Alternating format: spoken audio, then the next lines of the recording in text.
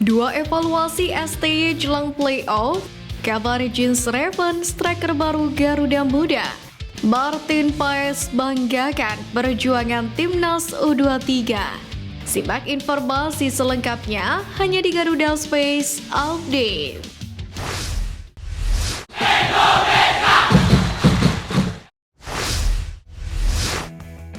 Jepang sukses menjuarai Piala Asia U23 2024 usai memukul Uzbekistan 1-0. Samurai Biru memberikan noda kebobolan pertama bagi Uzbekistan. Tidak hanya itu, Uzbekistan yang sejauh ini berstatus tim paling produktif di Piala Asia U23 pun dengan torehan 14 gol dibuat buntu oleh Jepang. Padahal sepanjang 90 menit sendiri, Uzbekistan memborbardir Jepang dengan 18 tembakan. Samurai Biru yang banyak tertekan justru mampu memecah kebutuhan pada masa injury time melalui sepakan kaki kiri Fuki Yamada, tepatnya pada menit 90+1.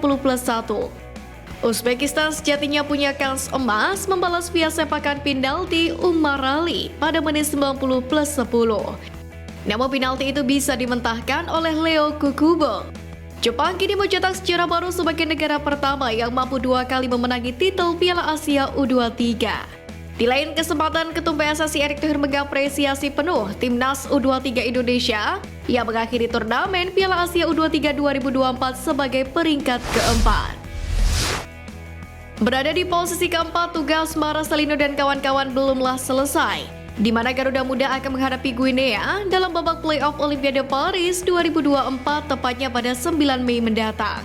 Pemenang dalam laga ini nanti akan menempati grup A bersama dengan Prancis, Amerika Serikat, dan Selandia Baru. Jelang perebutan tiket terakhir Olimpiade Paris 2024, STY menilai Garuda Muda kini telah berubah jadi tim yang lebih baik.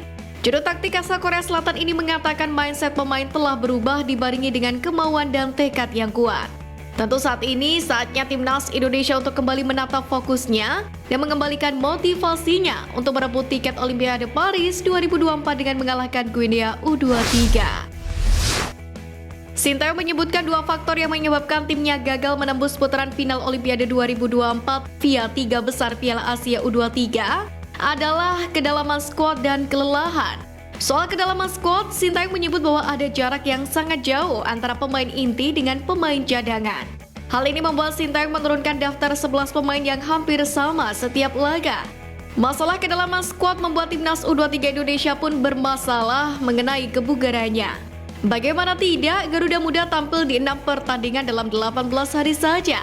Sementara dalam 3 laga terakhir, Timnas Indonesia U23 harus menyelesaikan 2 diantaranya selama 120 menit pertandingan. Karena itulah Sintayong selalu memikirkan pemulihan fisik usai melakoni sebuah pertandingan. Lebih dari itu, Sintayong mengapresiasi penuh perjuangan anak didiknya. Timnas U23 Indonesia bakal berduel lawan Guinea pada 9 Mei. Duel tersebut berlangsung di markas besar Clairefontaine, Paris, Prancis. Yang mana laga ini bakal memperebutkan tiket terakhir ke Olimpiade 2024. Situasi ini pun membuat pelatih Guinea Kalba Diawara memiliki ambisi yang besar untuk mengalahkan timnas Indonesia. Karena seperti Garuda Muda, Guinea juga sudah lama tidak tampil di putaran final cabang sepak bola Olimpiade. Diawara pun meminta anak asuhnya untuk tak melakukan kesalahan sedikit pun saat berjumpa dengan timnas U23 Indonesia. Dirinya bakal mempersiapkan timnya sebaik mungkin saat jumpa dengan Garuda Muda. Kami hanya punya 1 pertandingan, jadi itu menang atau gagal, ucap Diawara. Fisioterapis atau dokter timnas U23 Indonesia Dr. Choi Ju-yong berbicara soal bagaimana ia bisa menjaga kunci kebugaran skuad Garuda Muda di Piala Asia U23 kemarin. Karena seperti yang kita ketahui, Garuda menjalani pertandingan dengan intensitas yang tinggi dengan jadwal yang cukup padat. Selain memiliki kebiasaan bersalaman dengan semua pemain setiap hari, untuk memastikan kebugaran Garuda, Dr. Choi juga memiliki kebiasaan menanyakan langsung kondisi tubuh seluruh pemain hingga staf setiap paginya. Ia juga menanyakan terkait kualitas tidur setiap pemain. Dr. Choi mengaku bahwa ia akan selalu mengecek kondisi para pemain saat mengalami cedera setiap pagi dan menanyakan terkait kesiapan untuk bermain. Menurut Dr. Choi, seluruh usaha tersebut dilakukan demi kebaikan pemain itu sendiri. Martin Paes yang sudah menjalani Sumpah WNI saat ini tinggal menunggu proses perpindahan federasi. Sebelum bisa merapat ke timnas, dia mulai mempelajari dan terus mendalami sepak bola Indonesia yang menurutnya tengah dalam tren positif. Calon kiper timnas Indonesia ini pun mengaku bangga dengan perkembangan sepak bola Indonesia, terutama dengan performa Garuda Muda di Piala Asia U23.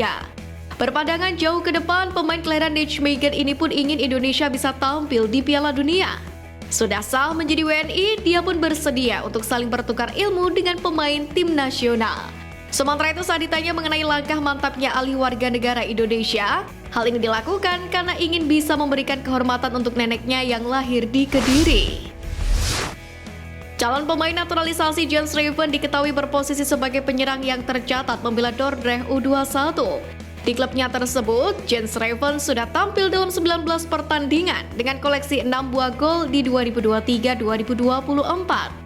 Meski demikian, pelatih Indra Syafri memastikan bahwa pemain keturunan Jens Raven bagian dari skuad timnas U20 Indonesia. Pasalnya, Jens Raven kini masih berusia 18 tahun, jadi masih memungkinkan untuk memperkuat skuad yang dilatih oleh dirinya. Sementara itu, Coach Indra pun memastikan pemain keturunan yang dinaturalisasi pastinya sudah memenuhi berbagai kriteria. Salah satunya perihal kualitas. Apalagi kualitas dari Raven telah secara langsung dilihat oleh pelatih timnas Indonesia Sintayong di Belanda. Timnas Indonesia U20 yang dilatih oleh Indra Syafri telah menggelar TC di Jakarta sejak Jumat kemarin. TC ini untuk persiapan ke Piala AFF U19 sekaligus kualifikasi Piala Asia U20. TC ini pun diikuti oleh 37 pemain yang didapat dari hasil seleksi. Sejumlah nama-nama lama seperti Kadek Arel, Doni Tripapungkas, Sultan Zaki, serta Iqbal Gwijage masuk ke dalam daftar pemain yang dipanggil TC kali ini. Selain itu ada pula Wilmer Jardim dari Sao Paulo dan Marcel Nus Amaola dari UD Legronia. Juga ikut dipanggil dalam TC Timnas Indonesia U20. Sementara itu selain Piala AFF U19 dan kualifikasi Piala Asia U20, Timnas Indonesia U20 Indonesia juga bakal mengikuti turnamen Mauritia Revelo 2024 atau yang biasa disebut Toulon di Prancis pada 3 hingga 16 Juni mendatang. Bagi Indra Syafri, ajang tanding melawan tim kelas dunia begitu diperlukan oleh Garuda Nusantara. Indra Syafri dikabarkan terbang ke Belanda pada Sabtu 4 Mei malam. Kepergiannya dari tanah air ke negeri kincir angin yakni untuk berburu pemain keturunan yang diproyeksikan membela Timnas Indonesia U20. Indra Syafri berkata jika pemain keturunan yang dibidik sudah sesuai kriteria dan sudah mengantongi paspor Indonesia. Hal itu sangat disyukurinya karena sang pemain tak perlu lagi melakukan proses naturalisasi. Lebih dari itu, Indra Syafri mengungkapkan bahwa tak ada jumlah pemain yang pasti yang diincarnya selama berada di negeri kincir angin nanti. Yang jelas, ada beberapa pemain berkualitas yang sudah masuk ke dalam radar incarannya. Dua pemain timnas Indonesia Tom Haye dan Ragnar Oratmangun sama-sama turun memperkuat klub mereka.